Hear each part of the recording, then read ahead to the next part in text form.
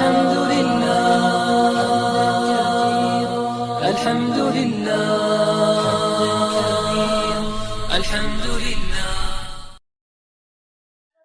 Assalamualaikum warahmatullahi wabarakatuh. Alhamdulillahi rabbil alamin.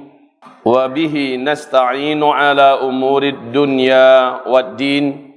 Ashhadu an la ilaha illallah wa ashhadu anna sayyidana wa habibana Muhammadan abduhu wa rasuluh la nabiyya ba'dah. Qala Allah subhanahu wa ta'ala ya ayyuhalladzina amanu ittaqullah wa qulu qawlan sadida yuslih lakum a'malakum wa yaghfir lakum dhunubakum wa man yuti'illaha wa rasulahu faqad faza fawzan 'azima. Allahumma arhamna bil Qur'an wa sadaqallahul 'azim. Wa qala an-nabiy sallallahu alaihi wasallam ala inni qad ji'tukum biha bayadha'a naqiyah layluha kanahariha la yazighu anha ba'da dhalika ila halik. Amma ba'du. Segala pujian kita dan syukur marilah sama-sama kita ucapkan kepada Allah Subhanahu wa taala dengan kata-kata berikut ini. Alhamdulillah bi ni'matihi tatimmus salihah. Alhamdulillah ala kulli hal. La haula wa la quwata illa billah. Selanjutnya salawat dan juga salam sama-sama kita sampaikan buat kekasih kita dan kekasih Allah Rabbul Alamin Sayyidina Muhammadin sallallahu alaihi wasallam. Hamba-hamba Allah sekalian yang kami muliakan, kita ini akan menjadi masa lalu dan masa depan adalah masa yang pasti. Sebentar lagi Bapak Ibu seluruhnya akan bergerak meninggalkan dunia ini dan pulang kepada yang menciptakan kita. Betul Bapak Ibu? Siapapun kita, belum ada yang berhasil menolak kedatangan malaikat maut. Siapapun kita, belum ada yang bisa menunda kematian.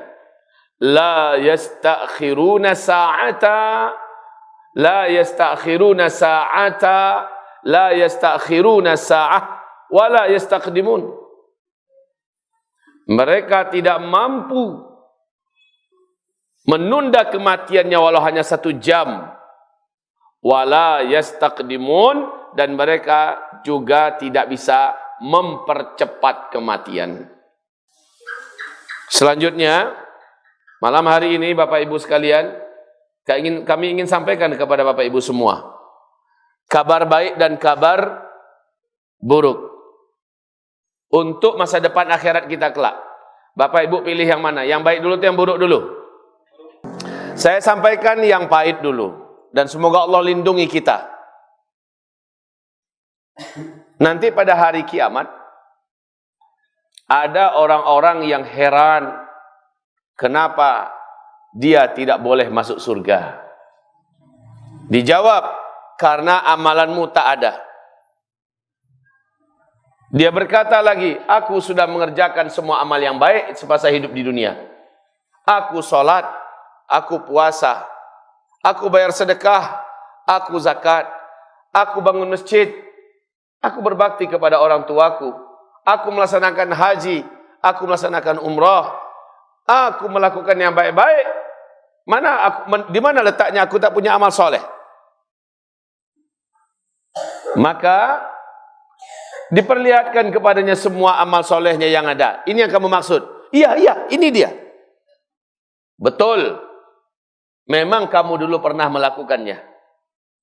Lalu kenapa sekarang kau katakan bahwa saya tak punya amal soleh? Amal solehmu itu telah dibagi-bagikan oleh Allah Subhanahu wa taala kepada orang lain. Di sini letak terkejutnya hamba ini. Maksudnya apa? Ketika engkau hidup di dunia, engkau bergaul dengan banyak manusia, engkau telah menzalimi mereka. Engkau ambil hak mereka. Tidak engkau bayar gaji mereka. Engkau fitnah mereka. Engkau coreng-moreng nama baiknya. Engkau sakiti fisiknya. Sementara mereka di dunia tidak bisa menuntut keadilan, tidak bisa membalasmu. Hari ini Allah timbang kezaliman yang pernah kau buat pada mereka, lalu amal solehmu diambil, lalu dibagi-bagikan kepada mereka oleh Allah Subhanahu wa ta'ala. Tapi ternyata ketika amal solehmu habis amal solehmu. Sementara orang-orang yang kau zalimi masih pada berdatangan, maka Allah timbang kejahatan dan kezalimanmu pada mereka, lalu Allah ambil dosa mereka dan Allah pindahkan kepadamu. Maka apa yang kami bacakan barusan ini adalah masa depan yang akan terjadi pada sebagian manusia yang ketika hidup di dunia tidak pandai-pandai dalam bermuamalah. Utang pada orang ketika ditagih, dia tidak mau bayar. Dia punya anak buah, gajinya tidak dibayar. Dipotong-potong gajinya. Atau nama baik orang dibuatnya busuk di mana-mana sehingga orang itu menjadi hina, orang itu menjadi tersangka, orang itu dipenjara, bahkan orang itu terusir dari kampung halamannya, bahkan orang itu pisah dan cerai dari pasangannya gara-gara mulutnya. Dan orang-orang yang tersakiti ini pada hari kiamat kelak menuntut di hadapan Allah keadilan. Mungkin di dunia keadilan tidak didapatkannya karena pengadilan hari ini bisa, betul tidak? Di dunia, tapi di akhirat pakai apa dia mau nyogok Allah? Kalaupun ada, memangnya Allah mau disogok? Allah yang ciptakan segala harta, Allah yang punya. Maka tidak bisa. Orang ini hanya menyelesaikan urusannya nanti dengan amal soleh yang dia buat di dunia. Inilah dia orang-orang yang bangkrut. Wahai Bapak Ibu yang kami muliakan, hidup hanya satu kali ini. Dan kita tidak akan pernah diulang balik ke dunia walau hanya 1 jam. Maka hidup hanya sekali, jangan sampai salah dalam berbuat. Karena mungkin di dunia orang tidak bisa menuntut, mungkin di dunia orang tidak bisa membalas. Tapi ingat, hidup di dunia bukan untuk selamanya. Hidup di dunia bukan tempat tinggal abadi, tapi hidup di dunia tempat untuk kita meninggal dunia. Betul? Maka kita pulang ke kampung halaman kita. Jangan salah-salah. Sesal itu selalu kemudian. Maka Nabi Muhammad SAW di penghujung umurnya menjelang meninggal dunia, Nabi Muhammad minta tolong agar beliau dipapah menuju ke masjid. Maka Abdullah ibnu Abbas dengan Ali bin Abi Thalib berdua mereka kiri kanan memapah Rasulullah ke masjid. Saking beratnya sakit Nabi, Nabi tak mampu lagi melangkahkan kakinya sehingga kedua ujung kaki beliau membentuk 2 garis di pasir menuju ke masjid. Pertanda kakinya sudah begitu lemah. Duduklah beliau di dalam masjid di hadapannya para sahabat-sahabat. Dengan suara lemah beliau berkata, "Saudara-saudara, mungkin tak lama lagi kita bersama." Menangis para sahabat. Menangis. Saudara-saudara, apapun urusan kita di dunia yang belum selesai, mohon kita selesaikan sekarang. Saya tidak mau nanti di hari akhirat diselesaikan. Saya mau sekarang. Maka siapapun di antara saudara-saudara yang pernah saya sakiti, sekarang tolong sampaikan, balas. Siapapun saudara-saudara yang hartanya ada di saya, tolong sebutkan, biar saya kembalikan. Siapapun di antara saudara yang hatinya, perasaannya pernah saya lukai, tolong, kalau bisa saya minta maaf kepadanya, atau silakan lakukan pembalasan. Coba lihat pesan Nabi Muhammad ini, wahai Bapak Ibu yang kami muliakan. Menjelang meninggalnya, dia berpesan, tolong bersih-bersih kita di dunia. Sementara kita, wahai Bapak Ibu, kita tidak tahu kapan kita akan berakhir. Karena orang meninggal tidak harus menunggu tua. Anak saya hari Jumat yang lalu, umur 10 tahun 6 bulan, meninggal dunia, perempuan, masih kecil. Jangan bilang bahwa kematian itu harus tua dulu. Dan kita tidak tahu, apalagi ini akhir zaman, akan banyak kematian-kematian mendadak tiba-tiba saja diumumkan. Wahai Bapak Ibu yang kami muliakan, karena hidup tidak akan diulang lagi ke dunia oleh Allah, jangan pernah kita tidak menyelesaikan urusan kita dengan sesama manusia di dunia. Mungkin suami pada istri, istri pada suami. Mungkin ayah pada anak, ibu pada anak, anak pada ayah pada ibu.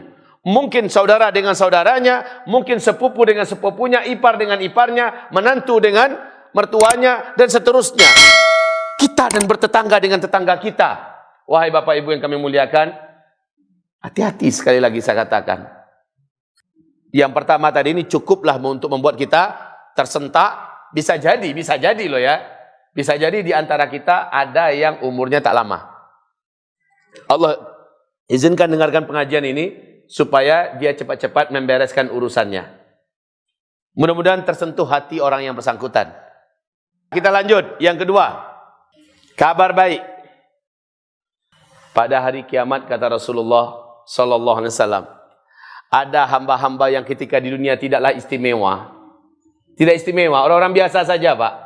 Tapi di akhirat dia terkejut melihat amal solehnya banyak, memberatkan timbangan amal solehnya.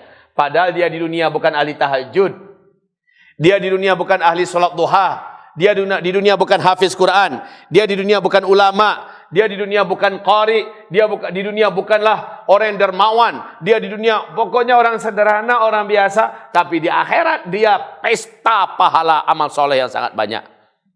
Siapa orang ini? Ini kabar baik tentunya. Siapa orang ini? Dia terkejut. Ya Rabb, aina li hadha? Dari mana saya dapat ini semua ya Allah? Saya dulu tak pernah haji. Saya dulu belum pernah bangun masjid. Saya dulu di dunia tidak pernah hafiz Al-Quran. Saya di dunia tidak pernah, ya Allah, menghajikan orang tua, mengirim para alim ulama, membiayai dakwah. Saya di dunia dulu tidak pernah melakukan ini. Ini kenapa banyak sekali tercatat di buku? Jangan-jangan malaikat pencatat amal salah memindahkan amal orang lain ke saya? Dijawab, bukan. Dulu ketika engkau di dunia, engkau orang baik. Engkau bukan orang yang jahat. Dan engkau punya cita-cita dan niat yang baik. Engkau ingin menjadi orang kaya yang sempurna. Tapi dalam tekad batinmu, dalam doamu yang tidak pernah berhenti, engkau meminta kepadaku, jika aku kaya ya Allah, aku ingin bangun masjid di setiap kota satu. Aku ingin ya Allah menghajikan orang tuaku. Aku ingin ya Allah dengan hartaku ini membantu dakwah dan perjuangan, menolong pondok-pondok pesantren ya Allah. Aku ingin dengan kayaku nanti ya Allah seperti Abdurrahman bin Auf, seperti Utsman bin Affan radhiyallahu anhum. Aku ingin ya Allah berbuat sebanyak-banyaknya dengan hartaku. Mohon ya Allah kayakan aku. Lalu hari demi hari engkau mencari nafkah dengan serius agar engkau bisa kaya. Tapi takdirku menetapkan engkau tidak kaya. Dan engkau tidak berburuk sangka kepadaku. Engkau tidak berhenti berdoa kepadaku. Engkau terus berharap sampai nyawamu dicabut oleh malaikat mautku. Pak, Ibu, hidupnya segitu-gitu aja, pas-pasan untuk keluarga. Tapi dia tidak pernah berhenti berusaha. Dia tidak pernah berhenti berdoa. Dia tidak pernah berhenti meminta kepada Allah. Dan dia tidak pernah berburuk sangka kepada Allah. Ya, yang jelas tugas saya hanya meminta. Dan saya berjanji dengan tulus, kalau saya kaya, semua yang saya sampaikan kepada Allah pasti saya wujudkan. Sekarang, hari ini, aku anggap doamu telah jadi kenyataan. Engkau ingin kaya supaya engkau bisa bangun masjid. Aku anggap engkau sudah kaya dan engkau sudah berhasil membangun masjid, pahalanya maka sudah ada di catatan amalmu. Allahu Akbar. Aku anggap engkau sudah kaya dan engkau berniat akan menghajikan orang tuamu. Aku anggap engkau telah selesai menghajikan orang tuamu, pahalanya ada di catatan amalmu. Masya Allah, Pak. Menang orang nambah doa dan cita-cita elok ya, Pak ya. Menang dia. Ini beda dengan sebagian orang. Orang bangsa mau dewa, kau tahu diri sajalah. Minta piti banyak-banyak lo ke Allah. Wahai Bapak Ibu yang kami muliakan, bagi Allah itu kun fayakun. Lai ke Allah mintalah. Jangan tanggung-tanggung, Pak. Jangan tanggung-tanggung. Lai kepada Allah minta. Berdoa dan tuluslah hati ini untuk terus meminta kepada Allah. Walaupun sampai tua sekalipun. Terus minta. Yang Pak Ibu minta, ya Allah, hamba ingin punya anak. Umpamanya kita mandul. Istri kita mandul. Dan kita belum punya anak, umur sudah 50 tahun. Istri kita umur sudah 45 tahun juga belum punya anak. Tetaplah berdoa, aku ingin punya anak-anak yang soleh ya Allah. Aku ingin jadikan mereka anak-anak yang hafiz Quran. Anak-anak yang kelak menjadi ulama-ulama besar ya Allah. Aku ingin punya anak, terus berdoa. Sampai kedua orang sepasang pengantin ini meninggal dunia. Dan dia tidak pernah putus asa dari Allah. Allah anggap dia sudah punya anak-anak yang hafiz-hafiz Quran. Punya anak-anak ulama-ulama yang menyebarkan ilmu dan dakwah. Amalannya terus bertambah. Meninggal dunia dia seolah-olah ada amalan yang terus mengalir. Seolah-olah anaknya sudah jadi ulama dan sudah mengirimkan pahala demi pahala. Allahu Akbar. Sekali lagi, tidak pernah sia-sia doa yang kita doakan pada Allah. Jangan berburuk sangka. Dan maaf, sedih saya melihat banyak orang pergi ke masjid, ya, habis sholat langsung pergi tanpa angkat tangan pada Allah. Kata Rasulullah, Allah paling sebel, Allah anggap sombong sekali seorang hamba yang dalam satu hari dia tidak meminta, tidak berdoa kepada Allah Subhanahu wa taala. Jadi tiap hari meminta. Sekali meminta, minta diulang-ulangi 3 kali. Ya, apa isi permintaan kita? Diulangi 3 kali. Angkat terus. Minta lagi. Belum dikabulkan, minta lagi. Sampai berapa lama? Sampai Allah kabulkan. Itu jawabannya, Pak. Sampai Allah kabulkan. Alah, sebulan dan tahajud, indah tahajud sampai kini dikabulkan. Sebulan baru. Sudah begitu kata bahasa-bahasa yang keluar dari mulutnya. Nabi Muhammad, Nabi yang paling Allah cintai, kekasih Allah malah. Berapa lama Nabi Muhammad berdoa, Pak, supaya kiblat dari Baitul Maqdis diarahkan dan dialihkan oleh Allah ke Ka'bah. Berapa lama Nabi Muhammad berdoa? Ini Nabi Muhammad ya, pemimpinnya seluruh para nabi-nabi dan rasul. Berdoa kepada Allah siang dan malam. Sehingga Allah sebutkan dalam Al-Quran, Qad nara taqalluba wajhika fis sama'. Sungguh kami telah lihat bolak-balik wajahmu menengadah ke langit, tanganmu terangkat berdoa agar kiblat dialihkan dari Baitul Maqdis yang ada di Palestina agar dialihkan ke Ka'bah yang ada di Mekah. Baralamu, Pak, Nabi Muhammad berdoa seminggu berdoanya? Tidak. Sebulan berdoanya? Tidak. Lalu berapa lama berdoanya? Ada riwayat mengatakan 14 bulan, artinya 1 tahun 2 bulan. Berdoa siang malam itu. Ada riwayat mengatakan 16 bulan. Artinya 1 tahun 4 bulan. Berdoa Nabi siang malam. Jadi kapan kita berhenti berdoa? Sampai Allah kabulkan. Gitu, Pak. Kalau sampai meninggal, Ustaz, maka teruslah berdoa. Teruslah berdoa. Allah paling suka dengan hambanya yang Allah hafid doa, yang nyinyir dalam berdoa. Allah suka betul itu. Ya, nyinyir dalam berdoa. Dan innallaha la yaqbalu du'aan min qalbin ghafilin lahin. Allah tidak suka mendengarkan doa dari orang yang berdoa, bibinya berdoa tapi penganannya tak kamah-kamah. Kata Rasulullah, "Ud'ullah wa antum muqinuna bil ijabah." Berdoalah kamu kepada Allah dengan serius, dengan khusyuk, sementara kamu merasa yakin Allah akan kabulkan doamu. Jadi kalau Allah kabulkan, apa yang kita lakukan Bapak Ibu? Terus berdoa. Kalau alun jolai, apa yang dilakukan lagi? Terus berdoa sambil di luar berdoa, sambil terus jari jalan-jalannya, tempuh seluruh ikhtiarnya.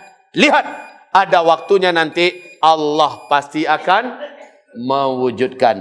Tidak di dunia, insyaallah nanti di akhirat. Ini kabar baik untuk kita semua. Jadi kalau lah menangai ko, apa ruginya kita bacito-cito dan elok. Makin sering kita datang, Allah makin suka dengan hamba ini.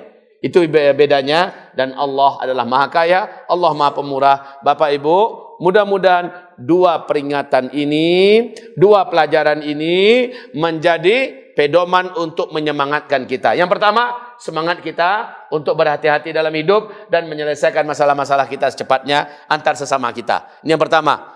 Yang kedua, jangan pernah tidak punya cita-cita yang mulia, dinyinyiri dengan doa, dibaring dengan usaha. Lalu lihat bagaimana Allah akan memberikan kepada kita kejutan.